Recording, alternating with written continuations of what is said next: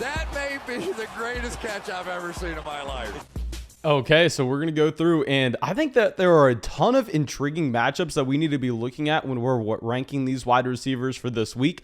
Also, there are some injuries that we need to be on the lookout for. We need to make sure that we are going to continue to monitor those. So, of course, we are going to be giving those non-stop updates leading up all the way until Sunday. We're going to be live streaming every single night, so make sure you go down there, subscribe to the channel. Also, when you are subscribed to the channel, drop a like on the video, leave a comment to enter in for your chance to win a Fantasy Flock Network hat. Really quick, let me pull up our last video so I can grab 2 random comments and give away some Fantasy Flock Network hats. I mean, y'all have been ridiculous with the amount of support that y'all have shown so far on this channel. Now, our first comment going to come out from Crypto and P1 says Pitts has been the hits so far. I see some good things soon. Okay, my friend, you are winning a Fantasy Flock Network hat. Joe also coming out says, thank you for another banger. Currently 4-0 thanks to you and the flock. Happy birthday and enjoy it, man. My friend, thank you so much, of course, for supporting the channel. Just send me that email ASAP with your physical address so I can ship that hat out to you. And lastly, make sure you go use promo code FLOCK on Underdog Fantasy. Please, for the love of God, my birthday is Sunday. The best thing that we could ever do is hit 10,000 signups on Underdog Fantasy with promo code FLOCK. If that's something that we can accomplish, then Underdog Fantasy has agreed to fly people down to Tampa, Florida to go to the Tampa Bay Buccaneers game with me, to go to the Florida Flock meetup. They agreed to it thinking there was a 0% chance it was going to happen. But this video is going to crush 10,000 views. Please, if you enjoy these videos, if you enjoy our live streams, go make that $10 deposit on Underdog Fantasy. You can get into some drafts in the middle of the season. They also do player props every single week. Thomas, I know this is a big ask. Everybody give a massive thank you to Thomas for all the work he puts into these videos. But please, if we show a wide receiver and we're talking about that receiver and they currently have a prop listed on Underdog Fantasy, throw a screenshot of that prop up on the screen for their receiving yards. That way people can understand exactly what they're looking at for those player props on Underdog Fantasy. Now let's go into it, and let's start it off with our first wide receiver, someone that has yet to be ranked as our wide receiver 1 in fantasy this year. Let's go over and talk about Stefon Diggs here. Now with Stefon Diggs, I know he has not come close to Tyreek Hill. I know he's not even really up there in the elite level range of fantasy points scored so far. If I look this up right now, you're going to be seeing that Stefon Diggs, while he's had a tremendous amount of volume in the role that he has had in this offense so far this season, has been encouraging for what you drafted him for. Stefon Diggs right now is the wide receiver 24 on a points per game basis. So I know I probably look like a crazy person going ahead and ranking him at number 1 this week. This is someone that's 24 currently in fantasy points per game.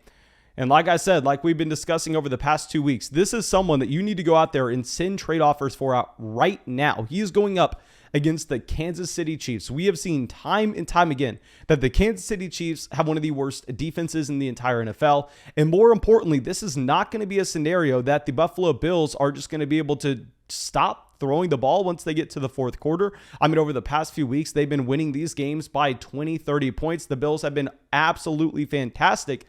Well, they have the Kansas City Chiefs this week. The Chiefs are going to be able to put up points. And Stefon Diggs, so far this season, has been averaging over 10 targets a game. That's what you're looking for. The volume's there. It's going to be the highest scoring game of the week. This is potentially going to be the highest scoring game of the season between the Buffalo Bills and the Kansas City Chiefs.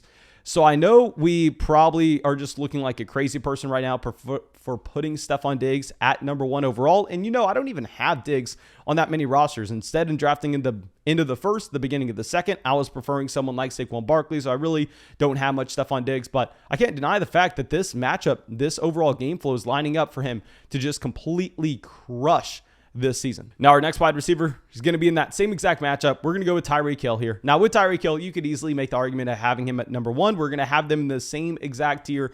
Like we already said, this is going to be a fantastic game situation. But, I mean, you're really getting the same exact situation for the Kansas City Chiefs that they'll always be in. They're always going to be in these very high-scoring games where they're having to throw the ball consistently. It's no different against the Buffalo Bills. And you actually have it with Tyreek Hill here as a spot where this is going to be a tougher defense to go up against. I mean, the Buffalo Bills have had a very strong defense so far this season, still expecting a ton of points per usual from the Kansas City Chiefs, given the fact that they're going to have to throw the ball, but they always do with their defense. So there's nothing that new here. I mean, this is someone that obviously broke fantasy football a week ago, broke fantasy football in week 1 at the same time. We all know who Tyreek Hill is. Now, speaking of the last wide receiver that we all know who he is in this tier, Devonta Adams. Now, this is the guy that I have everywhere in my leagues, and I know Devonta Adams was slightly disappointing this past week. I'm not going to lie. We actually lost some money on Underdog Fantasy betting the over at 7.5 receptions. He came out, had 6 receptions this past week, but so far this year, he's had 45 targets through 4 weeks. We know historically he's going to have a very high touchdown rate with those targets. He's going to be a very efficient wide receiver going up against the Cincinnati Bengals this week. I know the Bengals haven't necessarily been that pass happy so far this season, but keep in mind, this is a team that hasn't had to be that pass happy given the overall opponents that they've had and the fact that they've been able to lean on the run a little bit more. Well, against the Green Bay Packers, this will be a game I'd imagine that the Cincinnati Bengals have to skew a little bit more towards the pass. Maybe that just makes it where the Green Bay Packers also having to go out and fire away. And obviously, the Bengals defense, not a defensive unit that you're too worried about. I know they shut down the Pittsburgh Steelers, but it was the Steelers. Now, let's drop it down one tier. Those top tier guys, you can make the argument for any of them being 1, 2, or 3. I think that if you're arguing that, you're kind of wasting your time. Now, in our second tier, we're going to lead it off at wide receiver 4 with Cooper Kupp. Now, Cooper Kupp, yes, I know he was disappointing this past week, and this was supposed to be a smash spot for Cooper Kupp against the Arizona Cardinals. I mean, this was a defense for the Cardinals that you weren't necessarily willing to go in and buy into the fact that they were some great unit all of a sudden, and we know that the Cardinals are 100% going to be able to push the ball down the field. So I thought this past week that the Rams-Cardinals game was going to be potentially the highest scoring game of the week. And yeah, I mean, Cooper Kupp only drops 11.4 fantasy points. That's not fantastic. I mean, he did have 13 targets. However, he led this team in targets and it wasn't even close. And this week going up against the Seattle Seahawks, I just think this will be a bounce back spot for the overall Los Angeles Rams offense. And Cooper Kupp, I mean, he has 10, 11, 12, 13 targets so far this season. I mean, at this rate, I guess he's locked in for 14 targets this week, but still, you kind of know who you're getting with Cooper Kupp. He's the bona fide wide receiver 1 for Los Angeles. I think even though he has the down week this past week, even though Robert Woods is right there in production, that was mainly driven off the garbage time touchdown Robert Woods had. If you look at the usage for both wide receivers, Cooper Kupp's definitely the player you want. Now, wide receiver 5 here, we're going to go with DeAndre Hopkins. Now, with DeAndre Hopkins going up against the San Francisco 49ers, I mean, this 49ers defense is solid. And with DeAndre Hopkins, I know he's been disappointing over the past 2 weeks. I mean, if you're pulling it up right now, DeAndre Hopkins is nowhere near this in his fantasy points per game. But we have to remember, this is something we talked about on our buy low wide receiver video. With DeAndre Hopkins here, this is a wide receiver that almost didn't play in week 3 with that rib injury. I'd imagine the majority of wide receivers would have sit, but we know DeAndre Hopkins is literally a freak, where this player has missed 1 game so far in his entire NFL career. He's 29 years old. I mean, it's unbelievable with what DeAndre Hopkins has been able to do. And I know this past week he was also disappointing in a game that the Arizona Cardinals put up 1,000,000 points, but he also had the matchup from Jalen Ramsey. He was only 1 week removed from that rib injury. I'd imagine that he's just healthier again this week, and it's going to be a much easier matchup. Yes, against a tough defense, but I mean, I think at this point you've seen the Arizona Cardinals prove that they're going to put up points no matter who they're going up against. And I mean, you could just be willing to bet that DeAndre Hopkins, someone historically who's seen 10 targets per game, is going to be in a bounce back spot here. Now, our next wide receiver, yes, we have him as one of our top buy lows. I mean, you're probably annoyed with me if you've been coming out to our nightly live streams and you're just hearing me say, trade for Calvin Ridley, trade for Calvin Ridley, trade for Calvin Ridley. Because any question that someone asks me saying, oh, Mason, I have player X, who should I be trying to package them together for? Go get Calvin Ridley. That's the answer. I mean, with Calvin Ridley going up against the New York Jets this week, yes, the Jets didn't really allow that many points to the Tennessee Titans wide receivers a week ago. But the Tennessee Titans had wide receivers running routes that literally were probably equivalent to me. Like, I probably could have gone out there and drew as many targets as Jeremy McNichols this past week. And you're looking at Calvin Ridley. Just going back to the fact that he's getting all the usage on this offense for the Atlanta Falcons. It's a plus matchup. We know if you look historically through his career, he has been an efficient wide receiver. He's been able to go through and have a high touchdown rate on a per target basis. He's had 42 targets so far through 4 weeks. Really no reason to be afraid. And this is a plus matchup. Now, a wide receiver that we had ranked as our wide receiver 5 a week ago, and people came out and said, Mason, you're stupid. Mason, you're stupid. He's going up against Stefon Diggs. Do you not know what you're doing here? And I said, Stefon Diggs won't shadow him. It doesn't matter. DJ Moore's a flanker wide receiver. This is a certified stud. This is someone with no Christian McCaffrey here. He's just going to be seeing so many damn targets in his offense. DJ Moore right now, the wide receiver 4 so far this season. Yeah, we are going to have him at wide receiver 7. This is actually 2 spots lower than where we had him in our rankings last week. I know it's almost the exact opposite, where you'd imagine that most people putting out rankings are drastically moving DJ Moore up based on where he was in their rankings a week ago, but we were ahead of it. We already kind of knew who DJ Moore was. This matchup against the Philadelphia Eagles, I don't think it's going to be as good. Now, yes, Tyreek Hill just put up 1 million points against the Philadelphia Eagles, but at the same time, I think that this game is going to be a little bit lower scoring against the Carolina Panthers, because I'd imagine the Philadelphia Eagles themselves have a much harder time putting up points against this Carolina Panthers defense than what you actually had with them going up against the Kansas City Chiefs. So yeah, I mean, we love DJ Moore. Don't try to tell me why DJ Moore is too low. We had him as a top 5 wide receiver last week. We crushed it, even though people wanted to hate us before the week started. I think we kind of have a good grasp on who DJ Moore is. If you want to go up and rank him above Ridley, Hopkins, I'm not going to argue with you too much. If you want to rank him at wide receiver 5 this week, you can go ahead and do so. But we're going to have him as the last wide receiver in tier 2 at wide receiver 7. Now, dropping down to tier 3 here, we're going to start it off with Justin Jefferson going up against the Detroit Lions. And with Justin Jefferson here, I mean, not that many people have talked about him so far this season because there's not been much to talk about. I mean, he's really exactly who you thought he was. He's come out so far, he's had 37 targets, but keep in mind the Minnesota Vikings offense, they aren't going to be throwing the ball as much as you would see from another offense. With Jefferson, you're really betting on the efficiency on a per target basis. Going up against the Detroit Lions this week, this will be a spot where the Minnesota Vikings are favored, I believe, by 7.5 points in this matchup. So it's not going to be something you have to worry about this team completely abandoning the pass and only looking to run the ball consistently with Dalvin Cook and Alexander Mattison. I think you do see the Minnesota Vikings get up to an early lead based on what they can establish through the air. I think that's going to be led through Justin Jefferson, who's had 37 targets, 338 receiving yards. He's had multiple touchdowns so far this season. You love to see that positive touchdown regression for Justin Jefferson here. We're going to have him at wide receiver 8.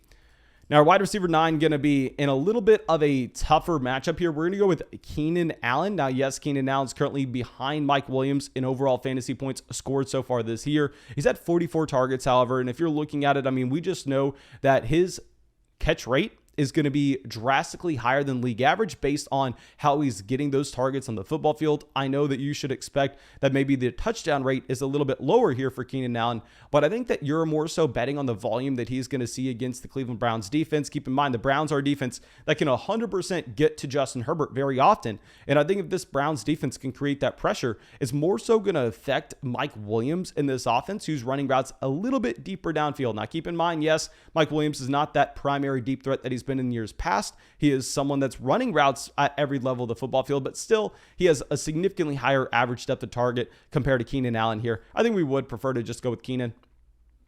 Now, wide receiver 10, he has a matchup that we would have said was really scary a week ago, but I think at this point you have to be less worried about it. We got Terry McLaurin coming in at wide receiver 10, and we had a question in the live stream last night saying, Mason, was it your worst call of all time to have Allen Robinson ranked above Terry McLaurin this year? And honestly, it may have been. I mean, Terry McLaurin coming out just being a monster. And I was making fun of the people who were taking Terry McLaurin above Allen Robinson in fantasy drafts this year. I was saying that they had no idea what they were talking about. And oh my gosh, McLaurin coming out with Taylor Heineke. I mean, one of the reasons we didn't like McLaurin is because we thought there was a good chance that you weren't going to have Fitzmagic for that long. Because if you look historically, over the past 5 years, Fitzmagic had only started on average 8 games. And yeah, he comes out. It doesn't matter. He has 13 targets this past week. He has 2 touchdowns, 123 receiving yards off of 6 receptions. Keep in mind, it was against the Atlanta Falcons, so it was a really nice matchup for him. He's had 2 blow-up weeks against the Giants and the Falcons. He's had 2 dud weeks more so against the Bills, the Chargers. Against the Saints, it will be a tougher matchup, but I mean, I don't necessarily think you can just all of a sudden try to pigeonhole Terry McLaurin into a wide receiver that's only going to crush the easy matchups and kind of fail in the difficult ones. I think if we try to do that, we would just be very biased here and be trying to cover up for Terry McLaurin miss. No, we have to sit here. We have to take our L. We have to go, okay, well, Terry McLaurin, top 10 wide receiver this week, lock him into tier 3. Now, our last wide receiver in this tier, I know he has a tough matchup here. I understand it. Trust me. I think we have to go with him regardless, and this is going to be on Thursday night, so a ton of people can feel free to come out, make fun of me about this. We are going to have DK Metcalf at wide receiver 11. Now, if you're looking at DK Metcalf, yes, going up against Jalen Ramsey this week. Yes, in 2020, Jalen Ramsey just shut down DK Metcalf. In both matchups, they went up against each other. But that's a very small sample to be looking at, just like what we were talking about with DJ Moore a week ago. I would rather make the bet on the sticky statistics week to week, that we have a large sample that we can try to go through and track. And that's going to be the opportunity a wide receiver has in his offense, the role that he's playing, the talent profile that he has, and how that should convert to efficiency and a fantasy points.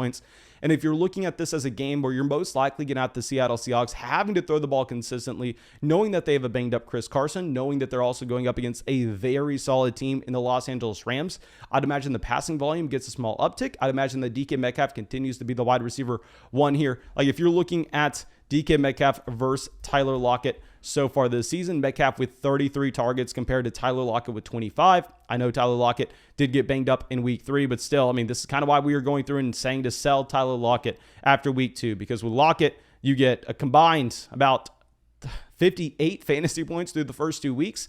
But keep in mind what we were saying after those 2 weeks, when people wanted to come out here and get mad at us for saying this. With Tyler Lockett, never a question on can he have these random spike weeks. It was a question, can he sustain this kind of production throughout an entire season and be the wide receiver one in Seattle? No. I mean, of course, it was always DK Metcalf. You should have traded for DK Metcalf after week 2. Regardless, Tyler Lockett, I mean, he's only had a combined 9 targets the past 2 weeks. I think Metcalf is that alpha wide receiver here. Now, our next wide receiver going over to wide receiver 12. That's going to be one tier down here. We're going to go with Amari Cooper against the New York Giants. I think this game does have some sneaky shootout potential. I know a lot of people are viewing this Dallas Cowboys defense, and it has been solid so far. I think they're just being a little too willing to go through and vault it up into a tier that we haven't necessarily seen over the past few seasons. I'll say this defense led with Diggs is 100% vastly improved on where it was previously, but the New York Giants did just throw for over 400 passing yards against the New Orleans Saints. I think this could be a spot where you actually get Dallas not necessarily having the capability of just running the ball consistently and racking up 200 rushing yards with a combination of Tony Pollard and Ezekiel Elliott like they have over the past few weeks. I think Amari Cooper here is actually the safer option. Keep in mind, you are going to have to go through and you're going to have to monitor this hamstring injury. At the time that I'm recording this, doesn't necessarily look like Amari Cooper is going to be just having to put a limited tag on him for this week in particular. Maybe he's limited in practices, but I think unless he's missing practices, we just assume Amari Cooper's good to go, as this is a wide receiver that did finish the game out in week 4. Now, our next wide receiver is going to be Deebo Samuel. With Deebo Samuel, another one of these guys that I had to take a massive loss on. I mean, with Deebo Samuel, I came out and I literally did exactly what I make fun of so many people for doing. I came out and I was way overconfident with my ability to predict injuries. I came out and I said every year that somebody's trying to center their analysis around a given player based on their injury history. They're more so overlooking the important factors. They're looking at a lot of noise that doesn't necessarily correlate season to season. I bought into it. I went through and I looked at the Deebo Samuel injury history dating back to college and also, of course, his first 2 seasons in the NFL. I said this was a player that couldn't stay healthy. I wanted nothing to do with him. Instead, I wanted Brandon Ayuk. And my God, Deebo Samuel, almost 500 yards so far through 4 weeks. He has looked like he is a league-winning level player. Also a great matchup against the Arizona Cardinals. Now, I will say, y'all know I'm 100% buying into Trey Lance. I would not be surprised if Trey Lance was a top 5 quarterback in fantasy this week. A big reason why I love Trey Lance is based on his rushing upside, very similar to what we have Jalen Hurts here. Don't necessarily know if Trey Lance is going to be that passing volume specialist with Josh Allen so far, where he can support these elite level weapons like George Kittle, Deebo Samuel. So we are going to be a little bit hesitant with Deebo Samuel here, calling him our wide receiver 13 when he's been a top 2 wide receiver, I think, so far this season. But yeah, I mean, still very exciting. Now, our next wide receiver will be Mike Williams going up against the Cleveland Browns. With Mike Williams here, this is a wide receiver that we've already discussed the matchup just slightly, that we really don't like it. And I mean, a lot of people have been asking, are we panicking with Mike Williams after this past Monday night performance? No. I mean, Mike Williams was the wide receiver 2 going into week 4. We had him ranked as the wide receiver 16 in our rest of season rankings. I think maybe we dropped him 1 spot after that performance, but you were expecting regression. You weren't expecting Mike Williams to come out and continue to be a top 3 wide receiver rest of season. Don't panic. I think Mike Williams is still exactly who he's been through the first 4 weeks. I think it's going to be a mid to high end wide receiver 2. Now, our next wide receiver has been very disappointing. This is going to be the last guy in this tier. Let's go with CeeDee Lamb here. And if you're looking at the comparison between CeeDee Lamb and Amari Cooper, keep in mind, I thought CeeDee Lamb was the wide receiver 1 coming into this season. However, if you're looking at these two wide receivers right now, with CeeDee Lamb, he played almost double the amount of snaps that Amari Cooper did this past week because Amari Cooper left with that hamstring injury and he did not get to return till later on that game. But still, CeeDee Lamb just has had no excuse for the lack of production. Amari Cooper was dealing with the rib injury in weeks 2 and 3. He left for a portion of the game in week 4 with that hamstring. However, CeeDee Lamb has had no excuses. He's not even a top 32 wide receiver so far this year. I mean, you're looking at CeeDee Lamb. So far, he's the wide receiver 33 on a points per game basis. He's had 32 targets, so he's averaging 8 targets a game so far this season. I mean, the efficiency isn't necessarily to the level you would assume it would be based on the offensive play, based on the talent profile of CeeDee Lamb. He's been very disappointing. I still think you need to be making a bet on this overall offense, however. So we are going to have CeeDee Lamb at wide receiver 15. Now, our next receiver is going to be coming in at wide receiver 16. Let's go Chris Godwin against the Miami Dolphins. We're going to throw Godwin and Mike Evans in here back-to-back at 16 and 17, if we're going to be honest. I mean, here it's just a spot that against the Miami Dolphins, you're going to have Tom Brady and the Tampa Bay Buccaneers being such heavy favorites that I think this is a position that they're going to be more so looking to run the ball in the second half. Obviously, if Rob Gronkowski is healthy this week, this will be a spot that I think you should lower your overall touchdown expectation for any wide receiver in this Tampa Bay Buccaneers offense. So maybe you bump these guys up if Rob Gronkowski is currently out, but I'm sure that Thomas is showing y'all right now in Underdog Fantasy at the same time. If you think that these rankings are too low on Chris Godwin and Mike Evans, feel free to go bet the over on Underdog Fantasy. Use promo code FLOCK, get daily additional entries to win a Fantasy Flock Network hat. Support this channel more than you would ever believe. Trust me, I would not be saying those exact words. Nothing supports this channel more than you making that $10 deposit on Underdog Fantasy. I wouldn't lie to you. I promise you that. Now, our next wide receiver coming at wide receiver 18 will be Adam Thielen against the Detroit Lions. Adam Thielen, another player that we've gotten a lot of questions about so far. I called him a sell high earlier this season, but keep in mind, we were calling him a sell high based on the idea that this is someone that you were looking at and saying, well, the majority of his value was being driven through the fact that he was getting all the touchdowns in the red zone here for Minnesota. Now, I think this is an instance where you can't necessarily just assume that's going to happen continuously every single week. Justin Jefferson has proven that, he scored a touchdown in the past 3 weeks. I'm not really changing my evaluation that much on Adam Thielen, though. I mean, this is a player that you're going through and you're looking at him saying, this is a red zone threat. This is someone that has that safe red zone role. So when the touchdowns are there, life's going to be great. When the touchdowns aren't there, life's going to suck. Now, our next wide receiver coming in at wide receiver 19, we will have Tyler Lockett. Tyler Lockett, we've discussed it all year, even after the first 2 weeks. It was very clear. This is a boom or bust wide receiver. You could easily see Tyler Lockett on Thursday night coming out, dropping 35 fantasy points, and this ranking looks horrendous. You could see him going through and dropping 6 fantasy points, and this ranking looks horrendous. I think that the range of outcomes with Tyler Lockett are so damn wide, but still, I think wide receiver 19 is going to be a safe spot to play it, just knowing that the Seattle Seahawks will have to be very pass happy in this game. Now, wide receiver 20 will be Jamar Chase going up against the Green Bay Packers. Jamar Chase, I'll tell you right now, he's either going to go higher or lower in these rankings. If T. Higgins is out, I think you could bump Jamar Chase up drastically. I think if T. Higgins is out, you bump Jamar Chase up into that Deebo Samuel range, just knowing that he is going to have so many damn targets in this offense. I think T. Higgins is probably going to play this week. He's already been cleared to practice this week. And with T. Higgins here, he's had 10 days to rest since his last game on Thursday night. So even though he missed this past game, I don't necessarily think that's predictive too much going forward with this shoulder injury. That's the second game that he's missed. So if you thought that they were going to necessarily have him missing any longer than this, maybe he would have gone on the short-term IR. So I would imagine Higgins comes back. Now, our last wide receiver in this tier, a player that's been commanding so much volume here. This is someone that we also didn't really like coming into the season based on the fact that he has a very hard time staying healthy and the efficiency is always horrendous. But Deontay Johnson coming out has had 35 targets, through 3 weeks. I mean, his target level is absurd. Now, keep in mind, this is a situation that Chase Claypool did not play this past week. I think if Chase Claypool is out yet again, you have to drastically move Deontay Johnson up your rankings, expecting more target volume. He has a tough matchup against the Denver Broncos this week, where I'd imagine that the Pittsburgh Steelers are going to try to play great defense and also run the ball to win this game, knowing they're most likely going up against Drew Lock. It's a game that you're not really expecting to turn into a shootout. And yeah, with Deontay Johnson, still been very inefficient. I mean, this is a wide receiver that's currently like 114th in yards per target in the NFL, but the volume's there, so it doesn't even really matter if he's going to be that inefficient. Okay, so now our next wide receiver coming in at wide receiver 22. Very hard to know exactly what to expect at this point. We're going to go Julio Jones. Now, with Julio Jones, I mean, possibly playing against the Jacksonville Jaguars this week in a game where A.J. Brown were to miss.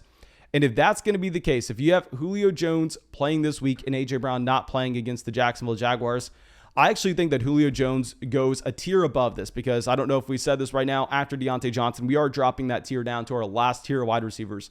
This is just going to be an instance that we have to go through. We have to continue to monitor the situation, because the Jacksonville Jaguars defense, obviously a defense you don't have to be worried about in the slightest to go along with this. I mean, if Julio Jones were to be playing in a game with no A.J. Brown, the target volume is going to be through the roof. So yeah, Julio Jones can go higher than this, of course, coming back from that injury though, so we have to be a little hesitant. Now, our next wide receiver at 23 will be Devonta Smith. I mean, Devonta Smith, very impressive against the Kansas City Chiefs this past week. I'm really happy with ourselves, and that at the beginning of the week, like on Monday and Tuesday, I was kind of low on Devonta Smith. We were telling people to kind of avoid him where they could, but by the time we got to Wednesday, Thursday, and the more you actually looked into his start of the season, start of his rookie year, you had to be really excited with what you had Devonta Smith for this past week against the Kansas City Chiefs. So I'm happy at the end of the week, we made the correct decision and went all in on Devonta Smith here. Now, against the Carolina Panthers, it will be a significantly tougher matchup, but this is still a wide receiver that has commanded a ridiculous amount of volume in his offense.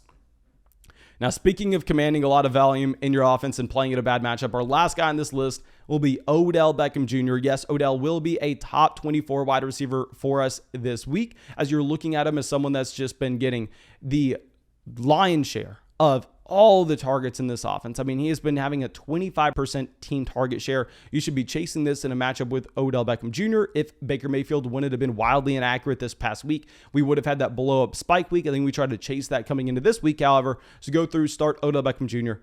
And yeah, thank you, of course, everybody for supporting this channel. Go down there, drop that like on the video, leave a comment letting me know someone that I missed, subscribe to the channel. When you do that, you enter in to win a Fantasy Flock Network hat. Go check out all the player props on Underdog Fantasy. Get into a fantasy draft as well. Use promo code FLOCK, make that $10 deposit.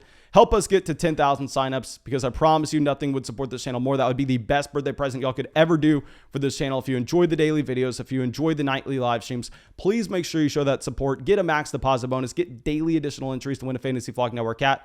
And yeah, that's all I got for y'all. Really hope you have a great day, and I really hope I see y'all with the video tomorrow.